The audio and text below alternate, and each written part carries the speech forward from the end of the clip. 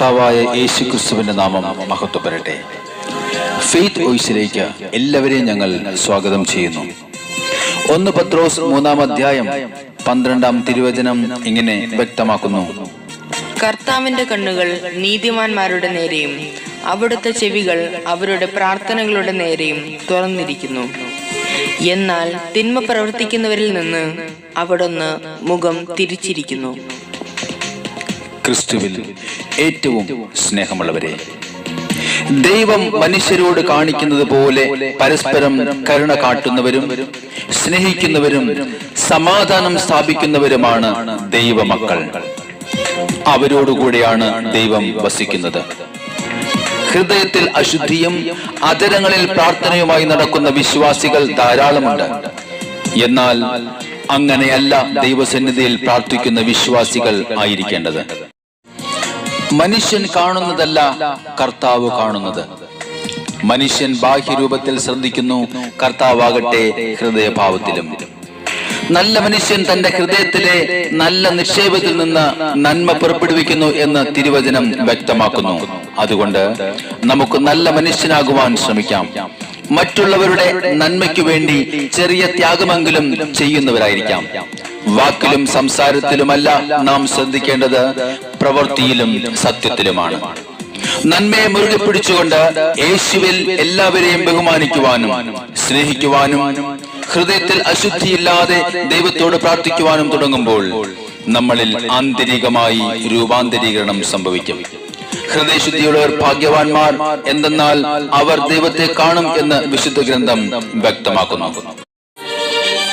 നമ്മുടെ കർത്താവായ യേശുവിനെ സ്തുതിച്ച് ആരാധിച്ച് മഹത്വപ്പെടുത്താം.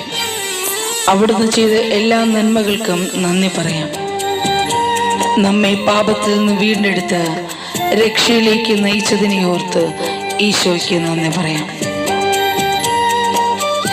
കർത്താവ് നമ്മെ അനുഗ്രഹിക്കുന്ന വലിയ സ്നേഹത്തെ ഓർത്ത്, കൃപയെ ഓർത്ത് ഈ പ്രഭാതത്തിൽ നന്ദി പറയാം. ഞാൻ എൻ ദൈവമേ നന്ദി എന്നേശുപരാ, സ്തുതിക്കുന്നു ഞാൻ എൻ ദൈവമേ നന്ദി എന്നേശുപരാ. പാപത്തിൽ നിന്നെന്നെ വീണ്ടവനേ, പാറമേലെന്നെ നിർത്തിയോനേ. പാപത്തിൽ നിന്നെന്നെ വീണ്ടവനേ, പാറമേലെന്നെ നിർത്തിയോനേ. ഉന്നത പദവിയിലിരുത്തിയോനേ, നല്ല കർത്താവേ സ്തുതി നിനക്ക്. ഉന്നത പദവിയിലിരുത്തിയോനേ, നല്ല കർത്താവേ സ്തുതി നിനക്ക്.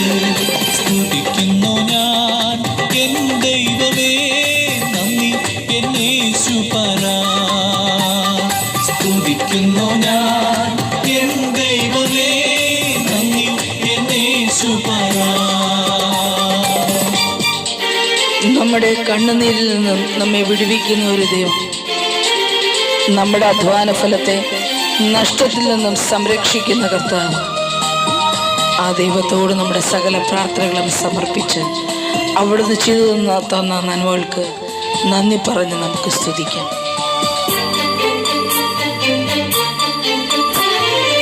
പ്രാണനെ മരണത്തിൻ പിടിയിൽ നിന്നും, ആയുസ്സിനെ കണ്ണുനീരിൽ നിന്നും.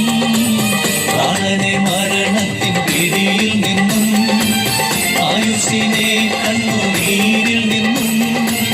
അധ്വാന ഫലത്തെ നഷ്ടത്തിൽ നിന്നും സൂക്ഷിച്ച ദൈവമേ സ്തുതി നിനക്ക്. ആമേൻ, ഹല്ലേലൂയ. അധ്വാന ഫലത്തെ നഷ്ടത്തിൽ നിന്നും സൂക്ഷിച്ച ദൈവമേ സ്തുതി നിനക്ക്. സ്തുതിക്കുന്നു ഞാൻ എൻ ദൈവമേ നന്ദി എന്നേശുപരാ. സ്തുതിക്കുന്നു ഞാൻ എൻ ദൈവമേ നന്ദി എന്നേശുപരാ. കാതുകളും നല്ല കണ്ണുകളും കൈകാലുകൾക്കാ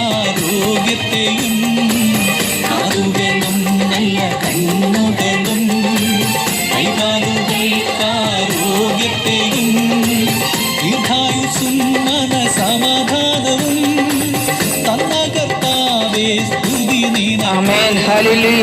ദീർഘായുസ്സും മനസമാധാനവും തന്ന കർത്താവേ, സ്തുതി നിനക്ക്. ആമേൻ. സ്തുതിക്കുന്നു ഞാൻ എൻ ദൈവമേ, നന്ദി എൻ യേശുപരാ.